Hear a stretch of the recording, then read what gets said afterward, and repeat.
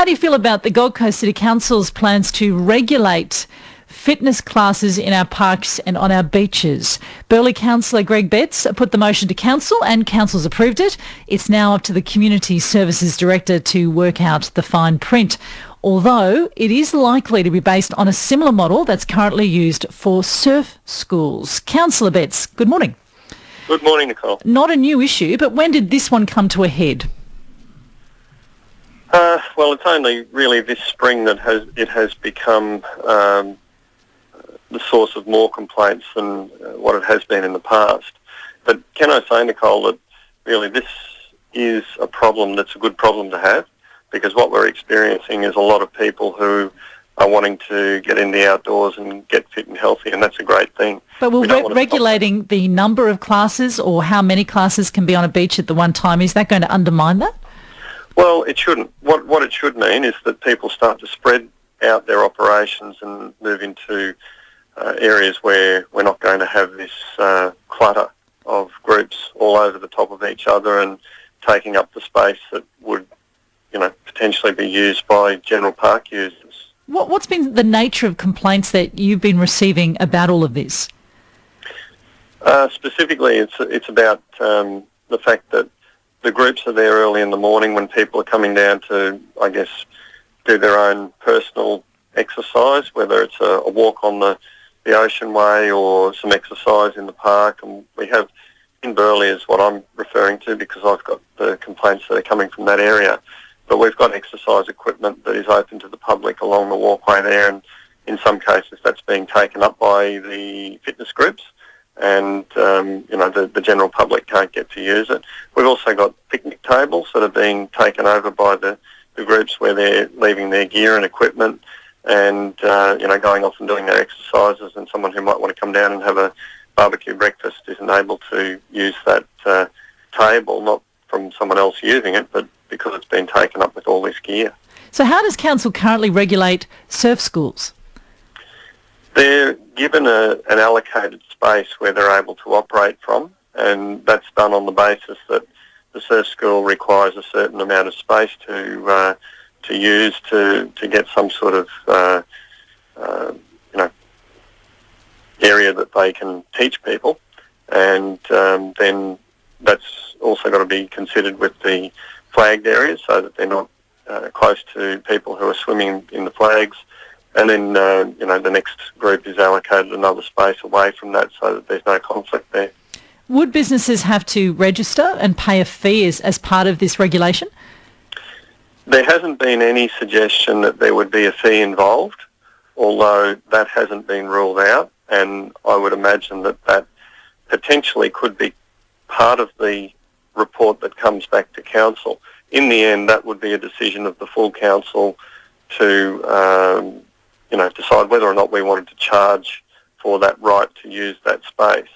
That does tend to become a little bit difficult because what you're doing then is you're giving someone exclusive use to public space, which isn't necessarily the way that we have wanted to go in the past, and I don't see that would be the way we want to go in the future. Really, this is just all about trying to make sure that people have enough space to use without bothering other people, and making sure that we don't have this crossover of groups so that the general public doesn't get to use the other open space for themselves. Given, and as you said at the start, there are so many people who like to be out early and in classes, it's always great to exercise with other people.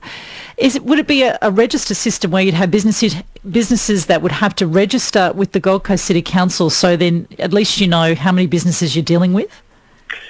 Well, I would imagine that that's the type of thing we'd be looking at. The other benefit of this sort of system is that we can potentially know that the people who are running these classes are actually qualified to do it. We know that with your surf schools and things like that, those people have to be qualified.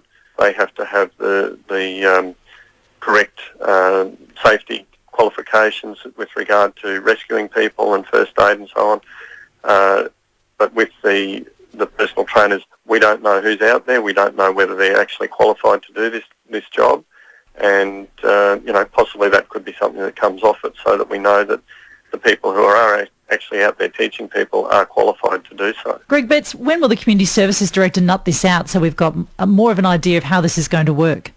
Well, they'll be working on this over the recess period, over Christmas, and there is actually a lot on their plate at the moment. There's a few things going on, but we're hoping that we will get this back before the end of April. But the directive was to get it back by the end of April, but hopefully it could even be before that. Thanks, Councillor Betts. Okay, thanks, Nicole. Owner of Fitness Enhancement, Scott Hunt, listening very closely to what Councillor Betts had to say. What do you make of all of this? Yeah, well, I think it's quite a good thing to bring in some kind of approval, because exactly as Councillor Betts said, we don't know the quality of personal trainer out there. There are a lot of unqualified, uninsured personal trainers out there, which means Gold Coasters don't quite get the exercise experience they want to have, and they might even get injured, and that reflects badly on us as an industry, and also stops as many people getting fit and healthy, because it gives the whole industry and personal trainers a bad name in general, unfortunately. We don't quite know the detail. They say the devil's in the detail. Any ideas of how this would work?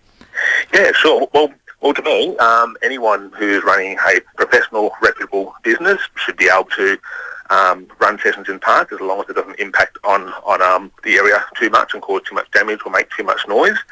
But everyone should obviously be qualified, they should be insured, and they should also be tax and GST paying and able to prove that. In an industry where there is a lot of cash in hand work and therefore uninsured trainers, I think that's really important to make sure that only the best trainers are approved by the council, and it means Gold Coasters are going to get better and better personal trainers and get fitter and fitter. If personal trainers aren't using parks or beaches, maybe they can't get the time slot that they want, where else could they go?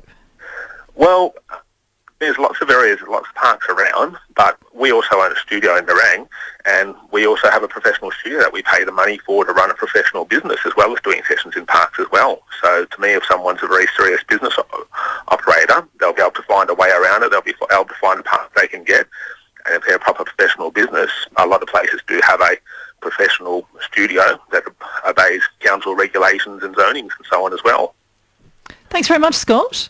No problem. We'll all have a better idea of what's happening in April, as Councillor Betts was saying before. Scott Hunt from Fitness Enhancement has had owner of a fitness business here on the coast since 1999.